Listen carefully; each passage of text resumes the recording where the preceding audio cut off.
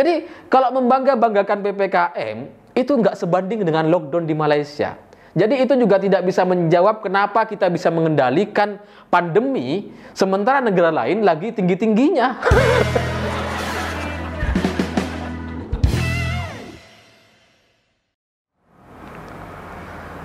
Selamat malam para mantan, selamat malam untuk semua kalian yang pro terhadap lockdown. Gimana kabar kalian sekarang? Sudah mulai sadar dan malu-malu karena salah terlalu meminta lockdown?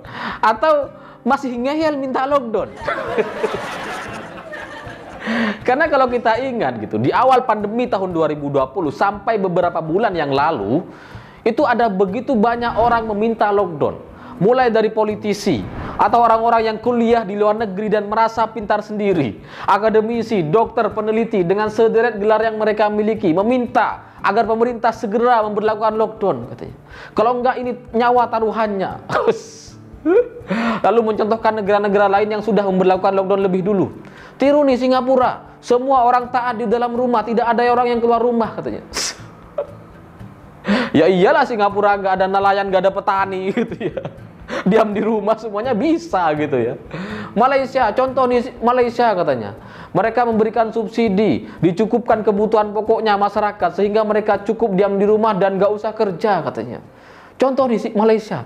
Atau ada juga orang meminta kita untuk mencontoh Filipina. Contoh tuh Filipina. Diberlakukan lockdown, darurat militer, pengerahan di mana-mana, dibatasi orang-orang itu untuk keluar rumah gitu. Nggak boleh keluar rumah kecuali kebutuhan untuk beli barang-barang pokok katanya. Contoh tuh negara-negara itu katanya. Tapi sekarang setelah setahun lebih atau hampir 2 tahun, ternyata negara-negara ini menyadari bahwa lockdown bukan solusi.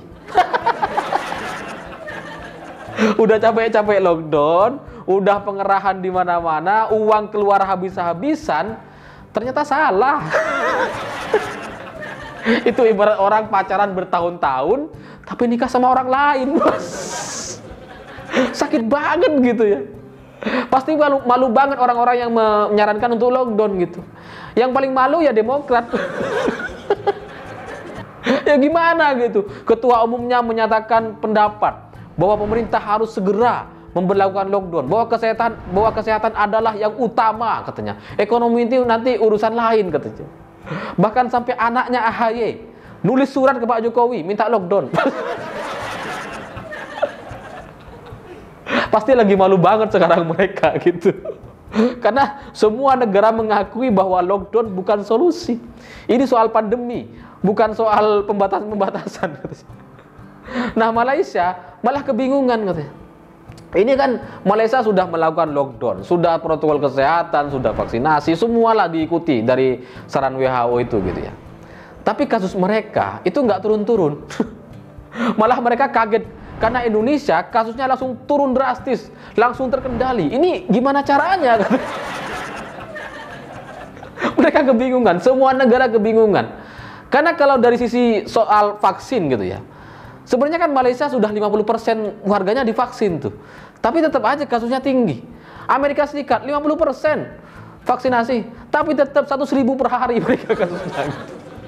Filipina sama dengan Indonesia, vaksinasinya 14%, tapi tetap kasusnya naik-naik tuh terus gitu ya. Nah, Indonesia nggak pernah memberlakukan lockdown, vaksinasinya masih kecil sekali gitu ya.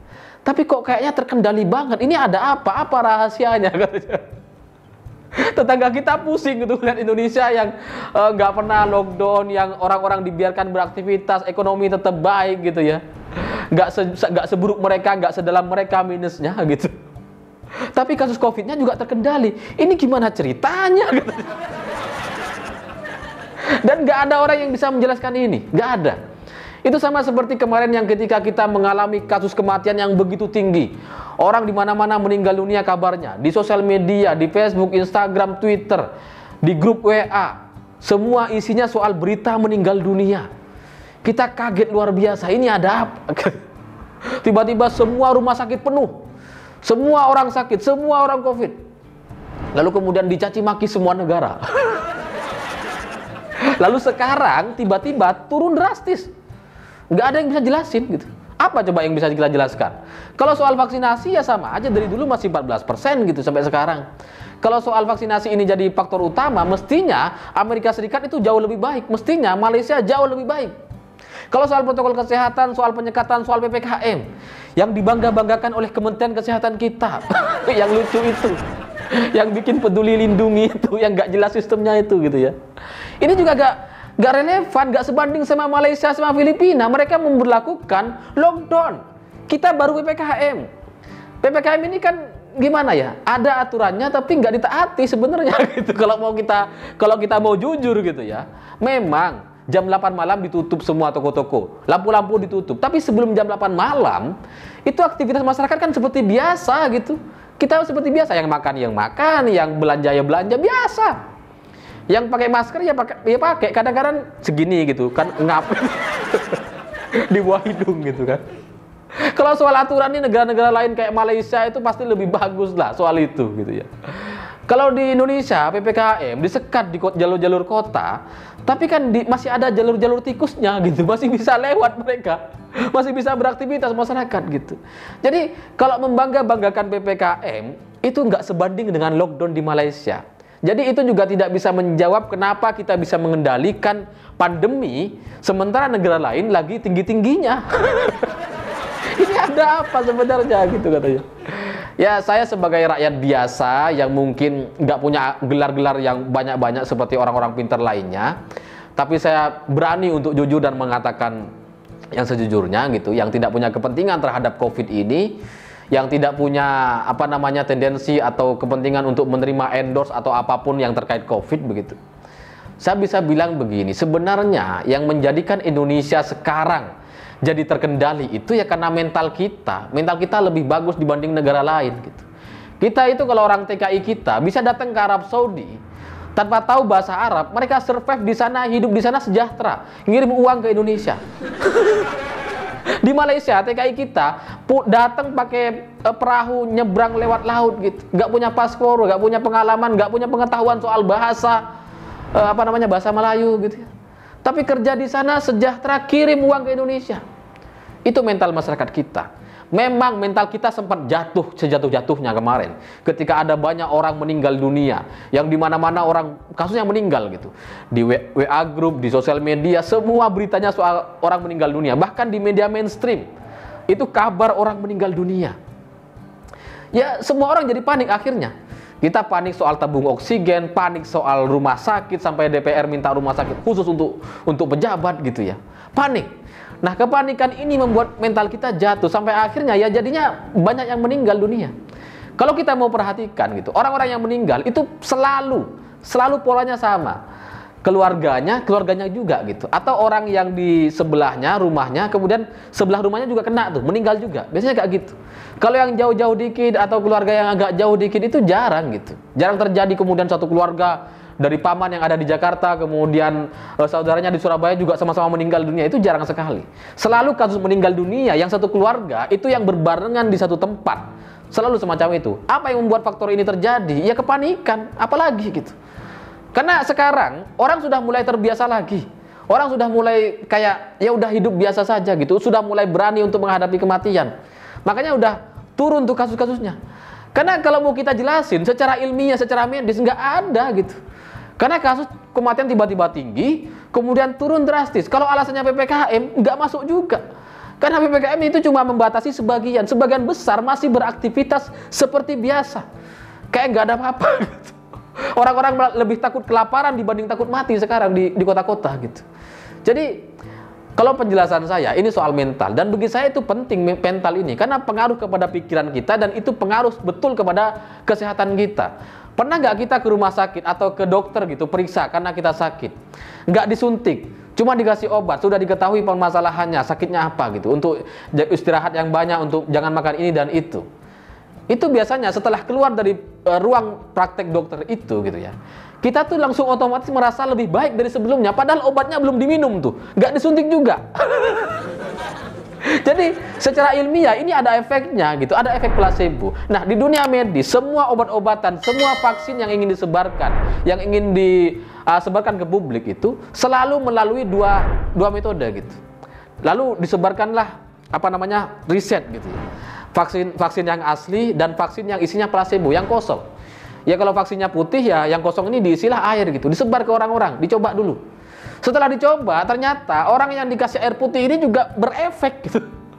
Obat-obatan juga sama, semua obat-obatan yang ada di dunia ini semua melalui dengan proses yang semacam itu gitu. Jadi mental ini penting. Jadi ketika sudah benar, misalkan ketika kemarin ada instruksi untuk tidak menyiarkan berita kematian, itu sudah benar gitu. Karena dengan begitu orang-orang jadi lebih tenang, lebih tidak panik. Karena kalau tiap hari dengar ada orang mati, innalillah, innalillah, kita jadinya yang nggak sakit tuh jadi sakit gitu. Yang sakit jadi meninggal dunia ya karena kaget gitu, takut-takut semua gitu, imunnya drop. Nah di Filipina juga sama gitu, dia memberlakukan lockdown, tapi kasusnya tetap naik. Orang stres, orang dikasih lockdown nggak boleh keluar rumah ya stres lah, imunnya drop, nambah kasusnya, nambah orang matinya gitu. Di Malaysia juga sama. Nah di Indonesia itu polanya juga mirip-mirip sebenarnya. Ketika PPKM darurat lagi ketat-ketatnya, angka kematian tinggi-tingginya pasti gitu. Ya karena orang stres semua. Gimana dong? Tapi ketika sudah dilonggarkan seperti sekarang, ya udah nggak ada gitu. Udah nggak ada lagi orang-orang meninggal dunia itu gitu. Ya adalah 1-2 ya normal lah. Jadi bagi saya mental itu penting dan itu harus dijaga. Ketenangan di tengah masyarakat itu harus dijaga. Di Indonesia ada, saya nggak ngerti ini apakah itu disengaja atau tidak. Tapi saya melihat ada pola yang terus coba ditakut-takuti dari komentar-komentar para epidemiolog dan orang-orang pintar itu. Yang bilang bahwa ada varian COVID yang kebal vaksin, sehingga yang sudah divaksin itu bisa mati juga. Nakut-nakutin gitu. Atau ada juga varian yang bisa menyebar lebih cepat, bisa lebih cepat membunuh, bisa lebih cepat menyerang jantung, paru-paru dan seterusnya gitu. Dan komentar-komentar ini muncul dari orang-orang yang pintar-pintar dengan gelar akademik yang begitu banyak itu gitu. Yang sebenarnya mereka justru membuat kita jadi bermasalah. Kalau mereka diem, nggak ada apa-apa sebenarnya gitu. Coba lihat di desa-desa deh. Coba lihat. Emang ada orang meninggal kemudian ada orang COVID gitu, lalu takut semua orang nggak berani untuk datang? Nggak ada. Orang-orang tetap tahlilan, tetap doakan, tetap kumpul-kumpul, tetap nggak ada protokol kesehatan, tetap gitu. Dan Pak Jokowi sebenarnya juga sudah menyadari itu. Makanya kemudian berkali-kali Pak Jokowi mengatakan kita harus hidup berdampingan dengan corona. Kita harus hidup siap bersama-sama dengan corona ini gitu. Ya karena memang itu faktanya gitu. Bahwa kemudian Pak Jokowi memberlakukan PPKM darurat, pembatasan dan seterusnya ini demi keseimbangan aja. Karena di kalangan elit mereka terus-terusan menuntut lockdown. Karena mereka punya uang, mereka nggak apa-apa untuk nggak keluar rumah. Mereka minta lockdown agar ini cepat selesai. Imajinasinya seminggu 2 minggu langsung selesai kasusnya, nggak ada lagi kasus corona. Padahal nggak ada gitu. Di semua negara di dunia nggak ada yang bisa seperti itu. Nggak bisa gitu. Ini soal keseimbangan aja. Orang elitnya minta lockdown, orang bawahnya teriak soal ekonomi, soal kelaparan. Jadi diberlakukanlah PPKM. Ada aturannya, tapi fakta di lapangannya aktivitas tetap berjalan. Ya iyalah, orang masyarakat mau berdagang ya tetap boleh gitu, bahwa ada pembatasan, kemudian ada sempat ada juga viral Satpol PP nyerang-nyerang masyarakat yang buka, yang maksa gitu ya. Ya tapi pada akhirnya sekarang ya buka lagi gitu. Karena kalau kita nggak bisa ekstrim untuk pro terhadap elit atau pro terhadap rakyat bawah, makanya kemudian diberlakukanlah PPKM ini. Tapi pada intinya, ujung dari semua permasalahan ini adalah kita harus hidup normal dan hidup seperti biasa lagi gitu. Karena ya gimana, virusnya sudah ada di mana-mana dan itu tidak bisa di-stop dengan lockdown, apalagi cuma pembatasan gitu. Lockdown aja gak mampu, apalagi cuma PPKM gitu kan. Nah kesadaran ini harus kita tumbuhkan, harus kemudian menjadi mainstream opini semua orang. Ketika semua orang setuju bahwa tidak perlu lockdown, tidak perlu PPKM, tidak perlu yang protokol kesehatan yang begitu ketat gitu, Presiden akan ikut itu. Karena Pak Jokowi sudah berkali-kali kok, kita harus hidup berdampingan, kita harus berdamai, kita harus bisa hidup normal. Karena nggak bisa COVID terus. Anaknya Gibran di Solo juga sudah sama bilang, ini kalau COVID terus dibahas, kapan kita bahas ekonomi? Padahal ekonomi ini lebih penting daripada COVID ini. Sampai kapan? Sampai kiamat ini nggak habis-habis gitu. PDI Perjuangan sebagai partai pengusung Pak Jokowi juga sama. Di awal-awal pandemi, sebelum di Indonesia kan masih 0 kasusnya, tapi dipaksa untuk ada. Bahkan WHO nggak percaya, kirim surat. lalu dibantah sama PDIP. Kita tidak boleh tunduk kepada WHO. Di saat wartawan-wartawan di Indonesia sudah kong kali kong, sudah mengatakan ini pasti ada, cuma belum dites aja. Ini pasti ada, cuma belum ketahuan aja. Sudah menyebar di mana-mana, kata wartawan. Ya begitulah negeri ini gitu ya.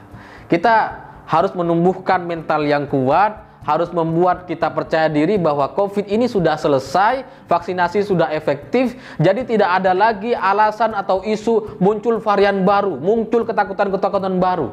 Karena kalau gitu terus sampai kiamat nggak habis-habis gitu. Jadi pesan saya, ini penting untuk kita ketahui bersama bahwa negara lain sudah mengakui bahwa lockdown itu tidak efektif, apalagi pembatasan kayak PPKM, PSBB dan seterusnya, lebih nggak efektif lagi mestinya gitu. Jadi kita harus mengubah cara. Kalau sebelumnya kita selalu mendengar epidemiolog yang bicara soal penyebaran, ini nyebar ke sana, nyebar ke sini, nyebar ke sana, selalu yang dihitung soal jumlah, angka penyebaran. Tapi tidak pernah bicara soal bagaimana kita mengatasinya, bagaimana kita mengobatinya, bagaimana kita menghadapi kasus ini dan bisa hidup berdampingan selama-lamanya. Nggak ada gitu. Jadi kita harus ubah caranya. Panggillah ahli virus yang bisa berpikir soal ini, yang bisa menyarankan masyarakat untuk hidup normal, hidup sehat, hidup berani, minimal mentalnya jangan sampai jatuh. Karena kalau mentalnya jatuh ya jadi kayak kemarin lagi, mati yang banyak, kemudian kasusnya ya banyak gitu, hancur lagi kita. Jadi ketika negara-negara sudah mulai mengakui Indonesia sebagai negara yang berhasil, maka mestinya kita jadi lebih yakin dengan langkah yang sudah kita hadapi. Lihatlah fakta di lapangan bahwa kenyataannya PPKM memang ada, tapi masyarakat tetap beraktivitas seperti biasa. Saya pikir itu, terima kasih sudah menonton. Begitulah kura-kura.